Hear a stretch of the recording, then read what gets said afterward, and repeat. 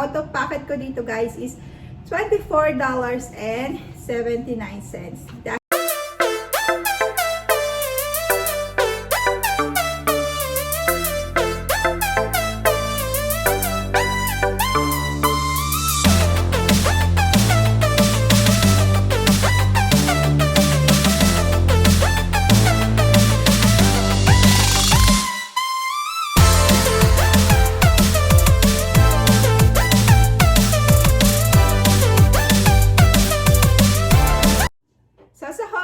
Guys, gumamit ako ng tatlong accounts, kaya tatlong transaction din siya.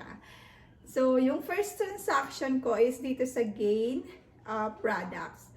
So, sa Gain guys, meron itong $5 off kapag nag-spend ka ng $20 worth of Gain products. So, dapat maka-spend ako ng 20. And then, magdo-double dipping tayo dito guys. Kasi meron tayong $5 off kapag naka-spend naman ng worth of 25 any products naman yon. So, $5 off sa Gain and then $5 off yung deals nila na $5 every 25 spend. So, sa first transaction ko, automatic na $10 yung masisave ko kasi $5 dun sa every Saturday na deal and then $5 dito sa Gain. So ito yung first, kumuha ako nitong dalawang laundry detergent na Gain. So ito lang yung nung in-scan ko, yung Moonlight Breeze. Ito, pasok siya dun sa coupons na $2.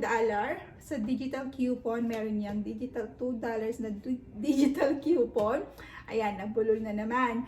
So, ginamit ko yon. So, dalawa yung kinuha ko, $6.95 yung isa.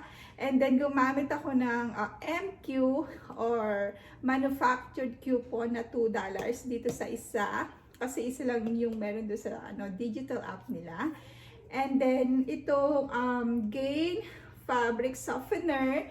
Ito rin, meron itong $1 na digital coupons din sa app nila.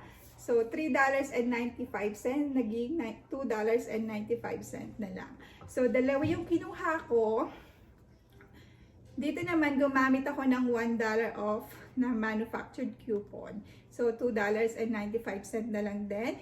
And then, kumuha pa ako ng isang Gain Fireworks scent booster naman ito. Scent booster, $3.95. So, meron akong $1 manufactured coupon dito. So, $2.95 na lang.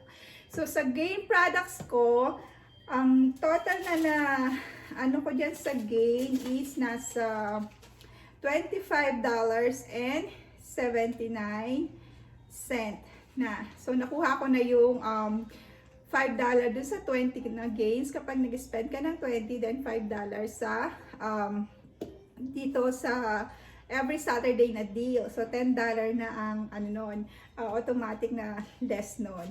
And then, nag-add ako nito. Nag-add ako ng Dove Beautify and Care hand wash. $4.50 sa store. And then, naka-attach ito dun sa $2 in instant savings. So, may $2 na siya kaagad na savings. Kapag nag-spend ka ng $8 naman sa mga Unilever products. So, dalawa yung kinuha ko. $9 yung dalawa. And then, meron akong $1 and meron akong buy one get one na coupon. Buy one get one free na coupon. So, yung amount ng coupon is $4.49. So, yung isa is magiging free and then naka-save pa tayo ng $2 dito. Parang $2.51 na lang itong isang ito. So, yung total lahat niyan guys, yung 7 products na yan is $34.75. So, gumamit ako ng buy one, get one free na coupons, $1 dito, and then $1, $2, and $2, and $1 doon. After ng mga coupons, ang binayaran ko na lang is $11.26. So, kasama na yung $2 na instant savings, then yung $5 kapag nag-spend ka ng 20 sa gain, and then yung $5 kapag naka-spend ka ng 25. So, na-less na lahat yon. So, $11.26 guys. Yung 7 products or 7 items na yan. So, yan yung first transaction ko. So, pakita ko mamaya yung aking resibo or i-attach ko na lang dyan sa screen. So, sa second transaction ko naman is ito. Yung Dove Men Care, ano naman, body and wash face.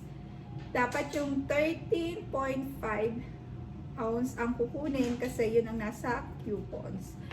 Meron naman akong buy one, get one Dove Men Care Anti-Perspirant. So, free ito guys. Magiging free ito. And then, ito na lang yung babayaran ko. Ano to? $4.50. And then, ang magiging free is itong $5.25. So, dahil buy one, get one free yung aking coupon. So, maniles ng $5.25. And then, sa Axe, ganun din. Meron akong buy one, get one free na Axe. So, yung isa is magiging free. Ang worth naman nung coupons na yun is $5. So, itong Axe Apollo Body Wash, $4 to sa store namin. And then, itong isang Apollo Body Spray, $5 sa store namin. So, ito yung magiging free dahil yung worth nung coupons ko is $5. So, ito yung free. So, dalawang Axe, dalawang body wash na Axe, and then dalawang body spray. So, yan yung sa aking second transaction.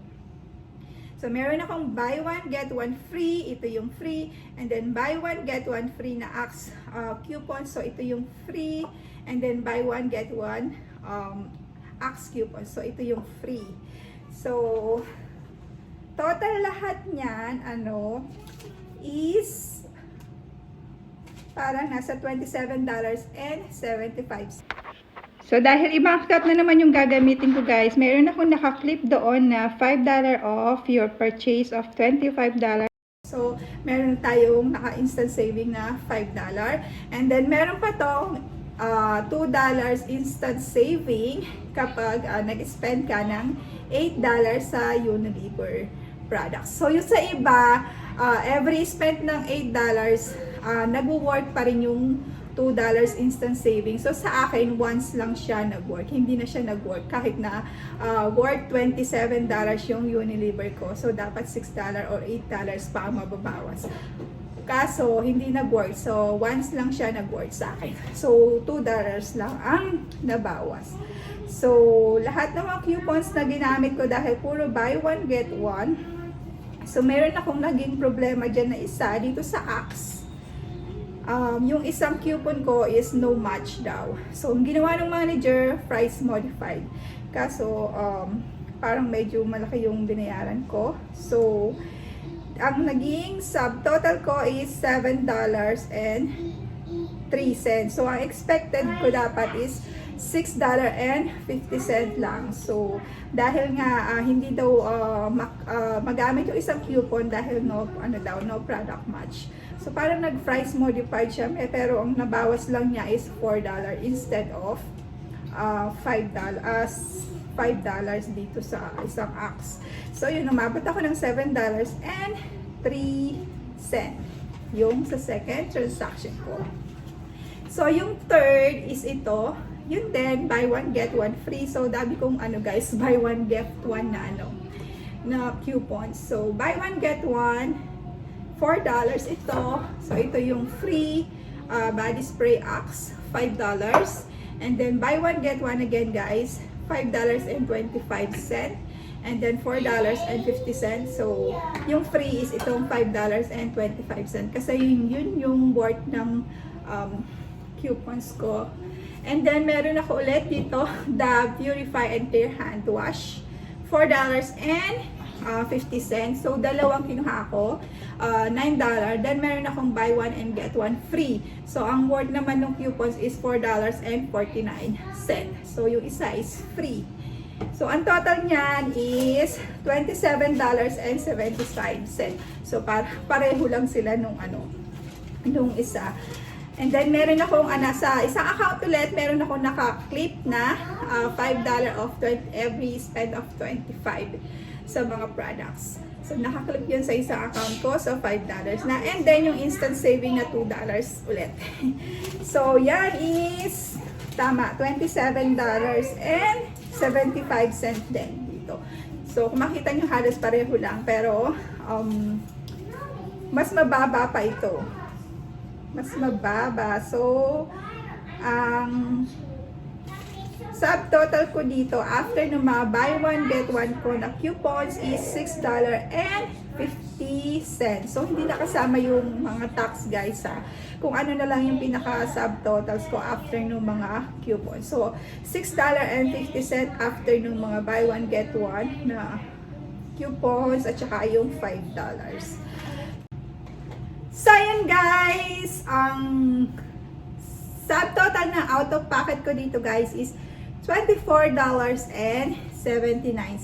Dahil sa first transaction, $11.26 yung binayaran ko. And then dito is $7.03. So, medyo nagka-problema lang dito, pero okay pa rin yung $7.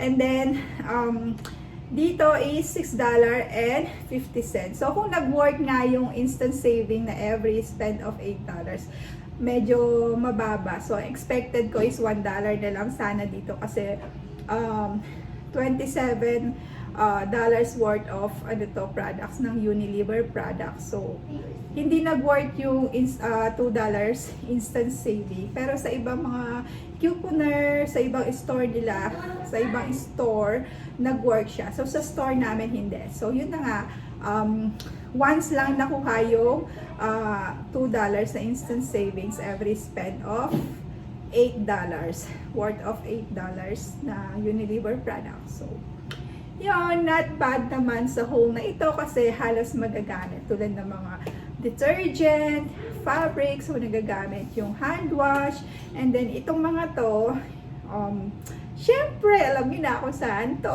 mapupunta sa balikbayan box kasi pwede nilang ibenta or paraffle as a bundle.